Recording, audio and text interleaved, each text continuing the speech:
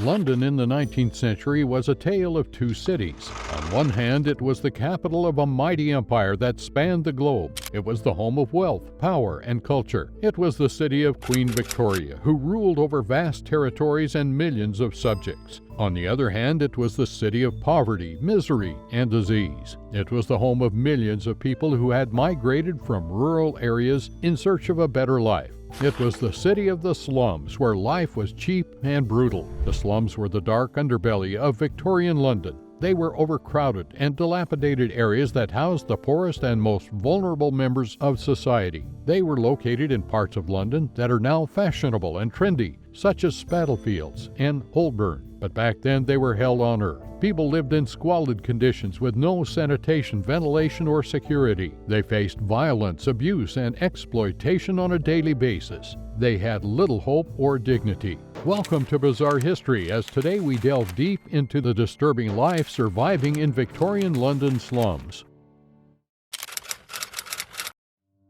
It was a grim sight that greeted Henry Mayhew, a journalist, when he visited a London slum in 1849. He was there to report on the cholera outbreak that had ravaged the area. What he saw was a scene of horror and misery. The slum dwellers lived in squalid conditions, surrounded by filth and stench. A single sewer ran along the main street, where buckets of waste were dumped regularly. Mayhew wrote, "We heard bucket after bucket of filth splashed into it." But what shocked him most was the way people used the sewer water. He saw children bathing in it, and some people even drinking from it. They would fill pails with contaminated water and let them settle for a few days. Then they would skim off the solid particles of filth, pollution, and disease from the surface and drink the clean water below. The remaining water was used for bathing.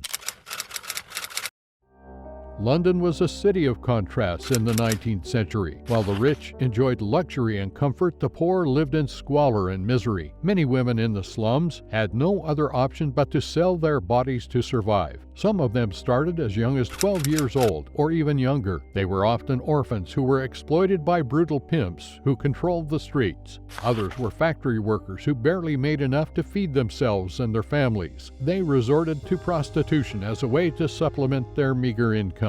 The number of prostitutes in London was staggering. Some estimates put it at 80,000, even though the exact figure is unknown. Most of them came from the slums, where poverty was rampant and opportunities were scarce. Only a few were middle-class women who worked as high-class escorts for wealthy clients. The majority faced a harsh and dangerous life. They were exposed to violence, disease, and death. The police did not care about their plight and often ignored their crimes. They were the forgotten victims of a society that failed them. Many children in the slums were victims of this horrific crime, but few of them ever spoke out or received justice. Some outsiders exaggerated or sensationalized the problem, portraying the slums as places of sin and depravity. But most historians agree that sexual abuse was widespread and common among the poor, affecting both boys and girls of all ages. The children in the slums had no privacy or protection. They often slept in the same bed as their parents or siblings, witnessing sexual acts that were traumatizing for them. They also faced the risk of being molested or raped by strangers or acquaintances who took advantage of the dark and narrow streets, the lack of police presence, and the vulnerability of the children. One of the most influential and social reformers of the time, Beatrice Webb, wrote, "To put it bluntly, sexual promiscuity and even sexual perversion, the violence of little children, are almost unavoidable among men and women of average character and intelligence crowded into the one-room tenements of slum areas." The poor lived in overcrowded slums where they faced hunger, violence, and exploitation. Many of them saw no hope for their future and chose to end their lives by drowning themselves in the River Thames. One of the most notorious characters in Charles Dickens' novel, Our Mutual Friend, was Gaffer Hexam, a man who made his living by fishing out corpses from the river and robbing them of any valuables. This was not a fictional occupation, but a grim reality for some people in the Victorian era. Many of the bodies that Gaffer found were those of young women from the slums who had been forced into prostitution and had lost their will to live. They jumped into the river from the bridges or from the banks, hoping to find peace in death. But the Thames was not the only place where the poor committed suicide. Hyde Park, one of the most beautiful and popular spots in London, also had a dark side. At night, when the park was closed to the public, some desperate people sneaked into the Serpentine Lake and drowned themselves there. The police would often find their bodies floating on the water or washed ashore. Most of them were never identified or claimed by their relatives. They were sent to the medical schools or hospitals where they were dissected by students or doctors.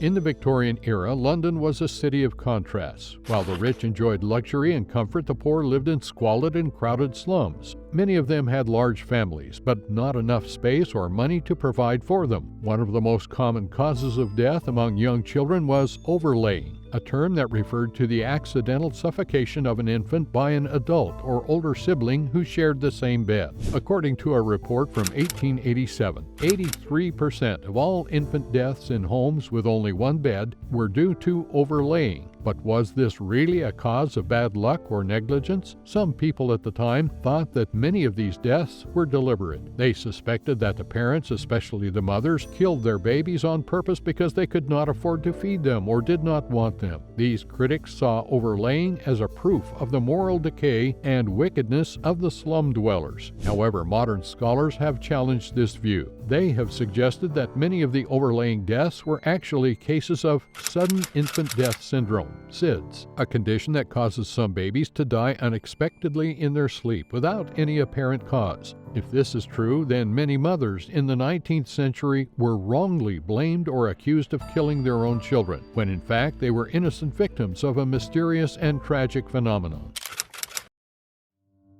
In the late 19th century, London was terrorized by a notorious serial killer known as Jack the Ripper. He targeted the most vulnerable and poor women in the city, mainly prostitutes who worked in the slums. But he was not the only one who preyed on them. There were many other murderers who roamed the dark and filthy streets of London's slums, killing women for money, pleasure, or revenge. And unlike the Ripper, most of them escaped justice and attention. One of the most shocking cases was that of Harriet Buswell, a prostitute who was brutally killed in 1872. She was found in a boarding house with her throat slashed, her blood staining the bed.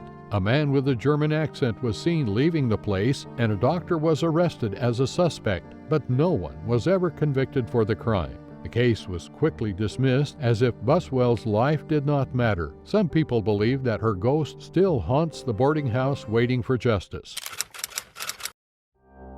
London was a city of opportunities and challenges in the 19th century. Many people came to seek work and fortune, but not all of them succeeded. Some of them ended up homeless, living in the slums that were overcrowded and filthy. They faced hunger, cold, and disease and had no place to call their own. Homelessness was a massive problem affecting thousands of people, especially the people who worked on the railways, such as the Irish navvies. They had no permanent lodgings and had to rely on charity or cheap accommodation. One of the most dismal options was the four-penny coffin. For 4 pennies, a homeless man could rent a wooden box for the night where he could lie down and sleep. These boxes resembled coffins and were arranged in rows in old buildings. They were considered a luxury compared to the cheaper alternatives. For 1 penny, a homeless person could sit on a bench, but not sleep. For 2 pennies, he could sleep on the bench, but could not lie down. It is no wonder that many of the homeless preferred the workhouse, where they could at least get some food and shelter, even if they had to endure harsh conditions and humiliation.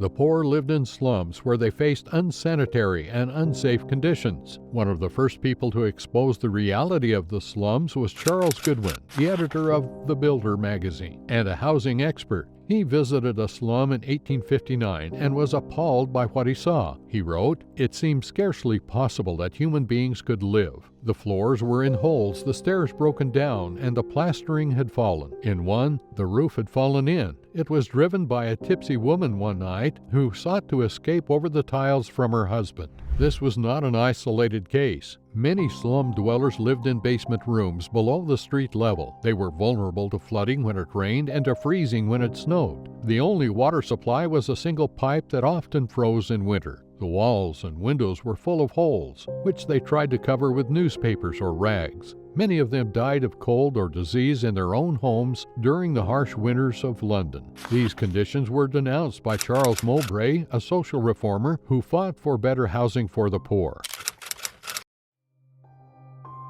London experienced a rapid population growth as people flocked to the city in search of work and opportunities. But not everyone could afford decent housing, and many of them ended up in slums, where they lived in large houses or tenements that were divided into small rooms. These houses were built by greedy and unscrupulous businessmen who exploited the city's regulations and built on marshy land that was unfit for construction. They only leased the land for 21 years, so they had no interest in making the houses durable or safe. The slum houses were poorly built with no proper foundations. They were prone to collapse, often killing or injuring the inhabitants. The walls were so thin that they could not withstand the weather or the pressure. Many of the builders put their names on the houses, as if they were proud of their work, but their names became synonymous with misery and death. For over a century, some of London's most notorious slums, such as Tomlin's New Town, bore the names of the ruthless men who built them on swampy ground. If you want more of history's long-held secrets and darkest confessions, hit like, subscribe, and ring that notification bell. From us at Bizarre History, thank you for watching, and we'll see you next time.